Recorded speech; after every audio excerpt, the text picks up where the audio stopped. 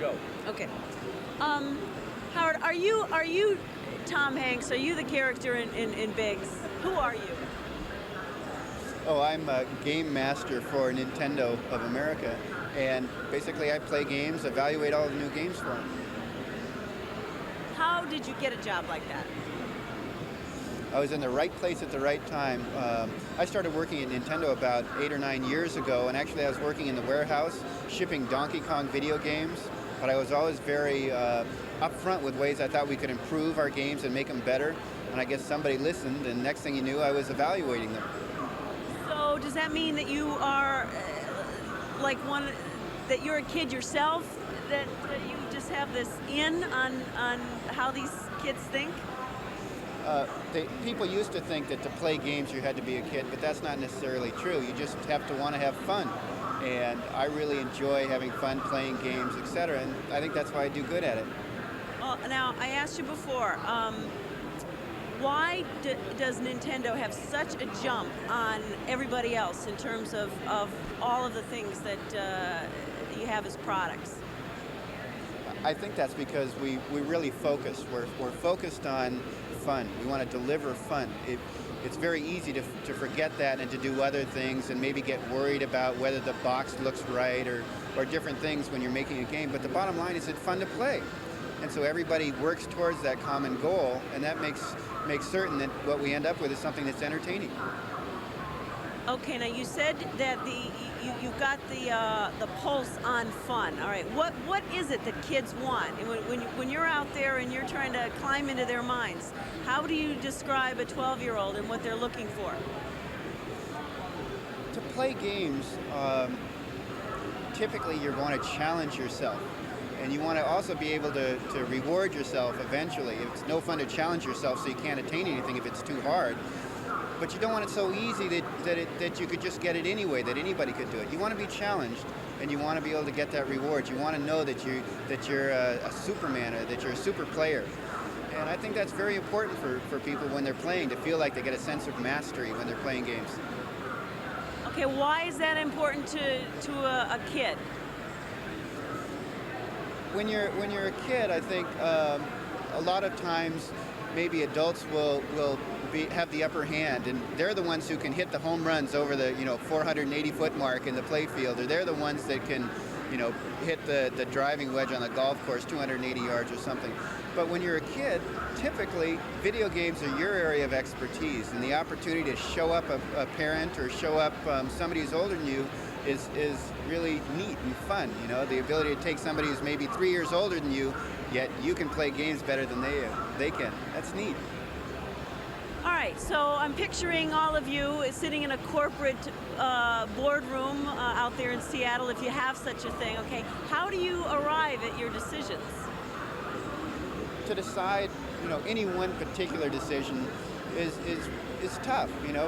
Should we go this way or should we go that way? You don't really know which way to go sometimes.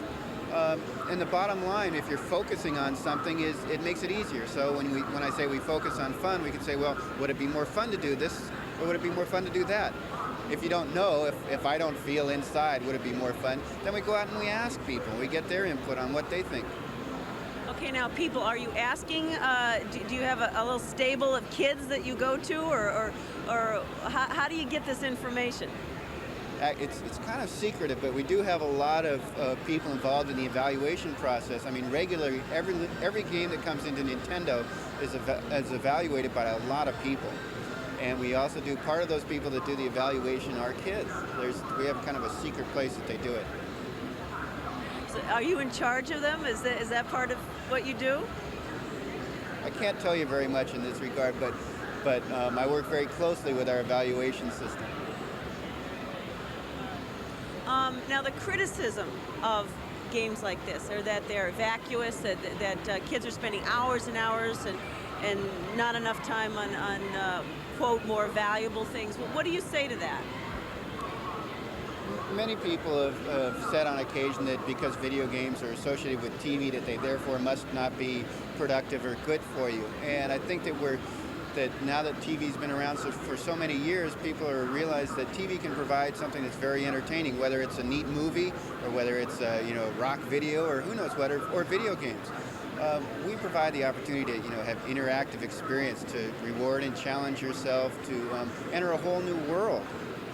And I think that that's really fun and valuable for somebody, whether you're getting a sense of self-esteem because you challenged the game and you were patient and you're persistent and you beat it in the end, you won, or whether that's that you're simply entertaining yourself. I mean, everybody should have the freedom to entertain themselves and make themselves happy, whether that means sitting down in a grassy area and looking up at the clouds, or whether that means playing a video game. Everybody has that right. Okay, now entering this world, I mean, is this addicting at all? It's very, very captivating because it does give you such a high level of return. I mean, it's a lot of fun. It's very exciting. The action is fast and the rewards are very rapid, so that in any 1 minute or 2 minute period, I mean, you're getting patted on the back 100 times saying, you did great, and that's very, very, very, very powerful. Now, one of the criticisms is that this quickness and this immediate gratification, okay, that these kids, when they go back to the real world, let's say their classroom, and things are a lot slower, that they don't deal with reality anymore the same way because they're so pumped up from playing hours and hours on these games. Is that any truth to this? The reality of the world today is that with electronics, we can very rapidly give feedback to people. And for instance, in learning something, whether you're a 12-year-old kid or whether you're an adult, you can learn very, very, very quickly if you're given rapid positive feedback. And quite frankly, I think the classrooms have a little catching up to do in their mechanisms to bring them into touch with the real world, and that kids are out there willing to learn things at a much quicker pace than maybe they're being presented to them. All right, now I just want to look here. Okay, one of the things I was reading about, a psychologist described this kind of euphoria, this mental stimulation as energy flow. Have you heard this? There's been various different ways to describe the feeling that you get when you play games, and whether it's a flow state or who knows how you describe it. But I know myself, just from my own personal experience, when I'm playing sometime and I'm finally making it through that barrier that I've been bouncing up against a wall of challenge for maybe the last 15 minutes or so, and I finally bust through and make it into that next level, I feel great, and that feeling that I'm just at one with the game, that it's not an electronic image and I'm out here playing the game, that I'm in this world, that kind of alternate reality or artificial reality is really neat. So do you think like a kid, or I know you said that it's unfair to say adult thinking like a kid, but you know what I'm saying. I mean, do you have a special gift for this? I think I'm always thinking young, and eventually I think adults will learn to think more young, in that they'll be looking for opportunity, looking at things with a fresh outlook, looking for entertainment and value out of anything, whether it's walking down the street and whistling or skipping, or riding your skateboard or whatever it is, or whether it's working on a paper or something, or having a conversation with somebody. You should always be enjoying yourself and having fun. Tell me about the senior citizens that you were with the other day. It's funny that all people are now starting to see how much fun it is to play games. It's entertainment. It's not just toys for little kids. I mean, certainly, a 14 or 15-year-old knows it's serious entertainment, not a toy. But the other day I was at a senior center teaching seniors how to play. And maybe 5 or 10 years ago, they would have been very standoffish because, of course, it's electronics and it's dangerous to play with or something.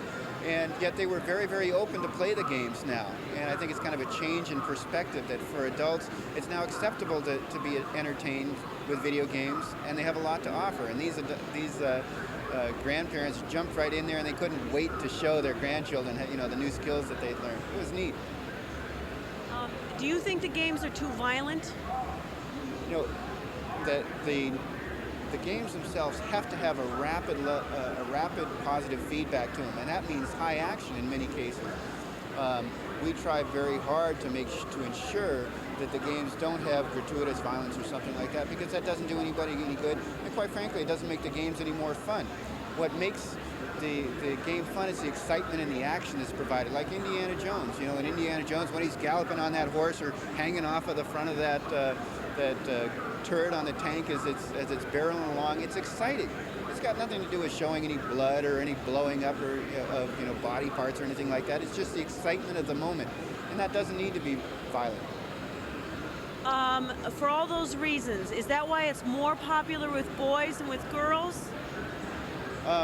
A lot of people think it is more popular with boys and girls, and that's because of its classic roots. Electronic entertainment was directed at boys. It was directed at boy characters and boy stereotypes, but that's changing significantly now. I mean, recently we've seen about 40% of the people who go out and buy Game Boy, the new electronic handheld game, like the Walkman type thing, 40% of them are women and girls, which is really interesting that now that they realize that, yeah, it's not only is it okay, but it's cool, it's fun to play games. And that's a real change, the fact that entertainment is not strictly a male thing just because it's electronic. Now, just describe to me, like in any given day, what do you go out and do? I do a zillion things in any one day. There's always new games coming in, and I evaluate new games and look for ways that we can improve them, make them better. I work for Power Magazine as one of the senior editors, so always thinking about, well, what makes this game neat? What makes it unique? How can I describe it to somebody?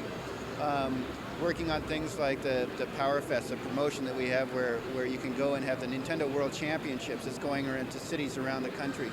Working on design of that. What games should we put out in the show? How long should we make a stage presentation? Who's going to get bored, and when are they going to get bored? Trying to work with making sure that everything that Nintendo does is in tune with the customer, with the players, and make sure that the players are having fun, whether it's watching a commercial, whether it's playing a game, or whether it's going to the Power Fest. Okay, to that end, the game counselors are really key to this whole thing. And describe to me, I mean, just a few years ago you said there were only 5, and now there's 1,200? Is that? Well, tell me how they are and why they are so important to the whole process. Game counseling service is very important, and the reason being is games are very complex these days. There's a lot to them.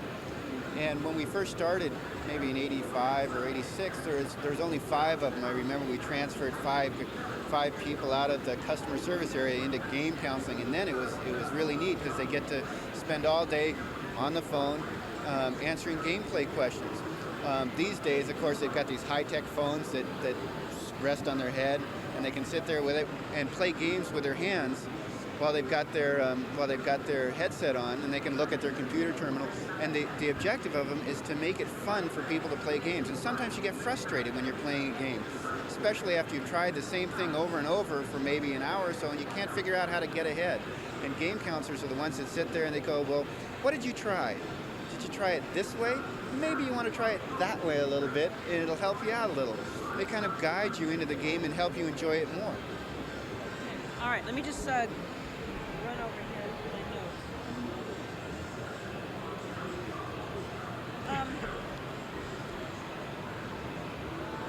Are you kind of a hero to kids?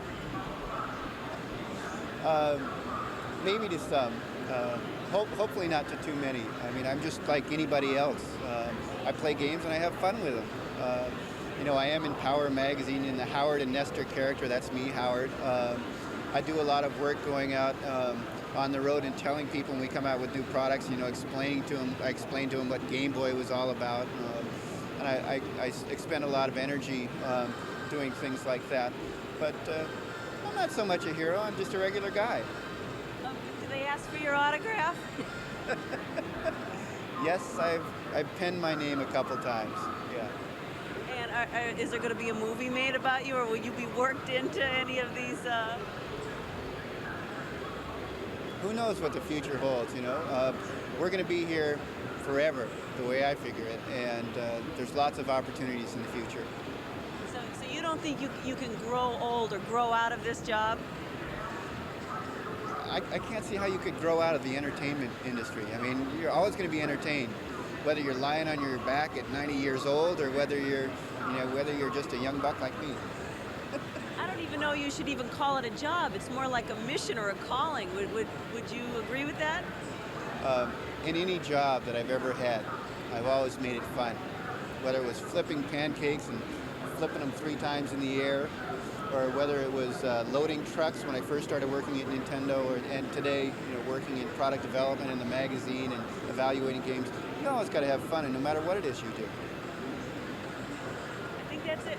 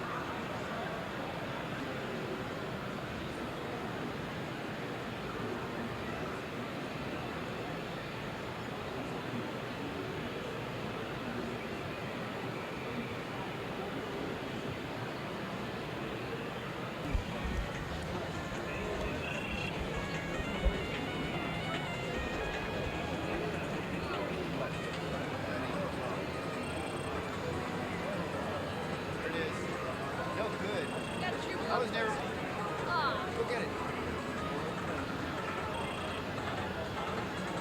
You gotta jump to stop. You gotta jump to stop. Okay. Once you jump, you can't triple again. Oh, really? So I should just do a shot like that? Yeah, the harder you come down, the farther it goes. There it is. Try to dribble in closer. Yeah. That stuff. Right, like that? Yeah, that.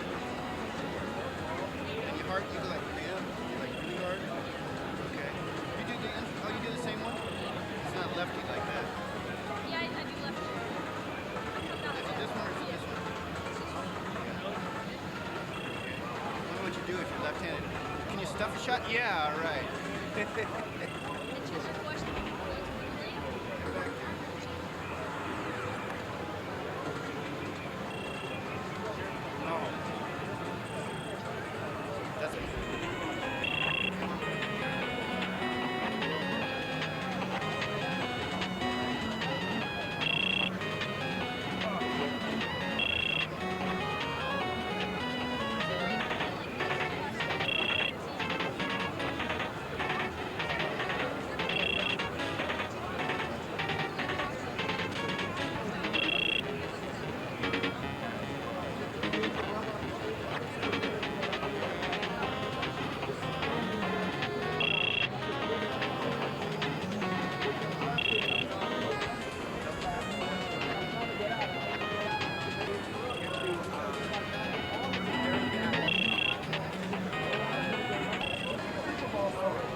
He's been practicing. It makes it easier.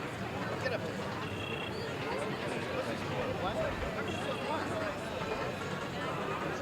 It's really 2 points though. Uh-huh. There you go. All right. 8 seconds. I'm never going to do it. Dribble your hand over there. That's yours again. That ball.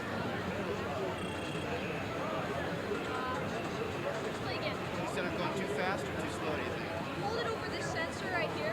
Uh-huh. Okay, this is to dribble forward. That was just pure skill. Up. Oh, man. Uh-oh. You've been hanging back on me. You have to dribble real fast. I keep forgetting. Oh, I had it? Let me get it from you again.